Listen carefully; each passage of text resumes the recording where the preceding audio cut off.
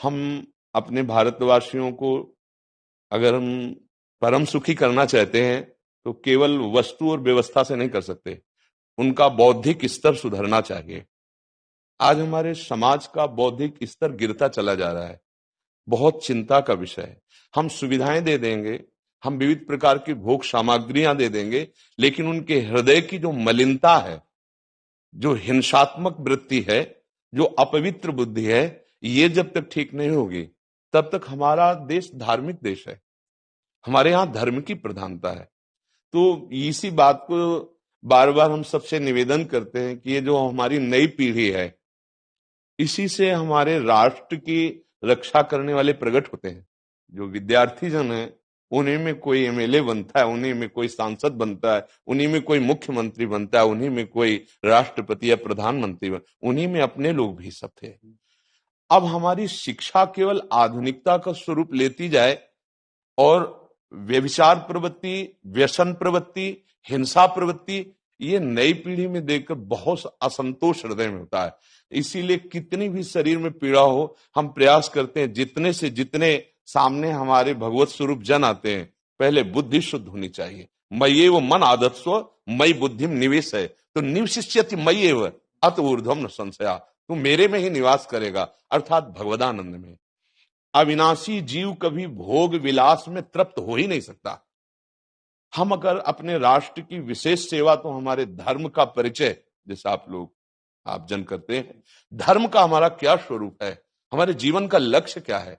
हमें जितना राम जी प्रिय हैं, कृष्ण जी प्रिय हैं, उतना ही भारत देश हमारे लिए प्रिय है। जैसे राम भक्त, कृष्ण भक्त, वैसे हमारे भारत देश का हर जन जन हमारा आदरणीय और पूजनीय। पर अब जो मानसिकताएं बन रही हैं, वो हमारे धर्म और हमारे देश के लिए लाभदायक नहीं होंगे। व्यसन का इतना बढ़ता स्वरूप, व्यभिचार का इतना बढ़ता स्वरूप, हिंसा का इतना बढ़ता स्वरूप, ये बहुत ही विपत्तिजनक है। अगर ये बढ़ता रहा तो हम विविध प्रकार की सुख सुविधाएं देने पर भी अपने देशवासियों को सुखी नहीं कर पाएंगे, क्योंकि सुख का स्वरूप विचार से होता है।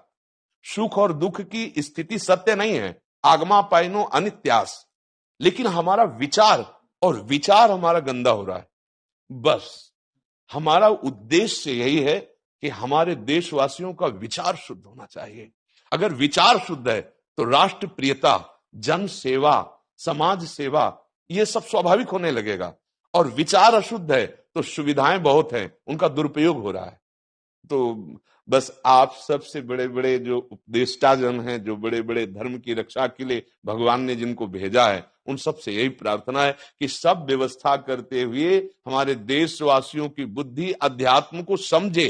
बिना अध्यात्म को समझे दुख सुख की समानता बिना किए परम सुख का अनुभव हो ही नहीं सकता। इस मायाकृत भोग पदार्थों को भगवान ने दुख योनया कहा है। मानो एक बोर्ड लगा दिया, दुखालयम अशाश्वतम। और हम सब यही चाहते हैं कि लौकिक भोगों को भोगने से ही हमारा राष्ट्र सुखी हो जाएगा या हम सुखी हो जाएंगे। नहीं, लौकिक भोगों को पूजन सामग्री बना करके और साध्य सच्चिदानंद प्रभु को रखा जाए तो आनंद की उमंगन हो जाएगी। बहुत सुंदर मानव जीवन का स्वरूप है, जिसे देव दुर्लभ कहा गया। दुर्लभो मानुषो देहो, लेकिन क्या दुर्लभता शब्द स्पर्श रूप रस गंध इन्हीं विषय के भोगने की या इन्हीं सुविधाओं के लिए दुर्लभ कहा गया? दुर्लभ है किसी सच्चिदानंद सुख के लिए। और उस सुख को तो हम भूले हुए, एकदम बहते हुए शब्द स्पर्श रूप रस गंध के प्रवाह में चले जा रहे हैं और इसी को सौभाग्य समझ रहे हैं कि हमें सुख प्राप्त हो रहा है। नहीं, हम सबसे प्रार्थना करते हैं कि आप अपने धर्म को समझिए। आप अपने स्वा को जहां जहां स्थापित करते चले जा रहे हैं, आप उसे गंदा करते चले जा रहे हैं। मदिरा में, हिंसा में, द्यूत कीड़ा में, व्यभिचार में, इसे दोष नहीं समझा जा रहा आज। और हमारे शास्त्र और हमारा धर्म इसको निषेध करता है। कलयुग की स्थिति बताई गई है। छोटे छोटे बच्चे व्यसन करने में लग गए। आज स्कूली विद्यार्थी जिनको ब्रह्मचर्य से पुष्ट होना चाहिए, वो ब्रह्मचर्य नष्ट कर रहे हैं। ये बड़ा चिंता का विषय है। हमारे देश के लिए जो जवान चाहिए, हमारे देश के लिए जो भक्ति चाहिए, उसमें बुद्धि और शरीर बल दोनों होना चाहिए। शरीर बल क्षीण हो रहा है क्योंकि व्यभिचार प्रवृत्ति में बहुत कमजोर अवस्था में, जैसे गेहूं की फसल है और गलेथ में काट ली जाए तो न दाना मिलेगा न सही भूस मिलेगा। ऐसे ही 20 वर्ष की अवस्था तक यदि ब्रह्मचर्य नष्ट कर दिया जाए तो वो गृहस्थ के योग्य में नहीं रह सकता। राष्ट्र सेवा की क्या बात है। हमारे राष्ट्र सेवा के लिए बहुत विशाल हृदय की आवश्यकता है, हमारे शरीर को बहुत स्वस्थ रखने की आवश्यकता है, तभी हम समाज सेवा, राष्ट्र सेवा।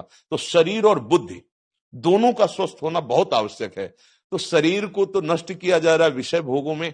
लोग समझने लगे हैं कि मांस खाने से हमारा स्वास्थ्य अच्छा रहेगा, हम बलवान बनेंगे। अध्यात्म बल नहीं तो तेरे शरीर की चर्बी बढ़ा ले, लेकिन तू न काम पर विजय प्राप्त कर सकता, न क्रोध पर, न लोभ पर, न मोह पर, न हिंसा पर। फिर क्या जीवन। तो इसीलिए हमारा बार बार हृदय में सबसे प्रार्थना है, जिस संत भगवान भी आते हैं, कि देखो इस समय आवश्यकता विचार शुद्ध करने की है, आहार शुद्ध करने की है, आचरण शुद्ध करने की है। हमारे देश ने चरित्र की पूजा की है। रावण किसी बात में कम नहीं था। आज भी कोई शिव अगर अभिषेक होता है तो तांडव स्तोत्र उसी का गाया जाता है। जटाटवी गलत ज्वल प्रवाह पावित स्थले।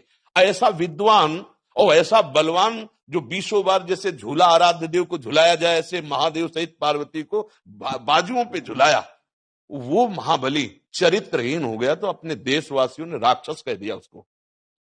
चरित्र, आज हम चरित्र पर ध्यान ही नहीं दे रहे। चरित्र बेचना मतलब कोई समझ में नहीं आ रहा। छोटे छोटे बच्चे चरित्रहीन हो रहे हैं। हमारा राष्ट्र संकट में पड़ जाएगा अगर हमारे बच्चे व्यवस्थित नहीं हुए, उनकी बुद्धि शुद्ध नहीं हुई, उनका स्वास्थ्य ठीक नहीं रहा। कौन आगे चल करके है? यही पीढ़ी तो है ना, इन्हीं में से तो निकलते हैं हमारे राष्ट्र भक्त, भगवत भक्त, देश सेवी। तो सबसे यही प्रार्थना है कि हमारे नई पीढ़ी को सुधारा जाए।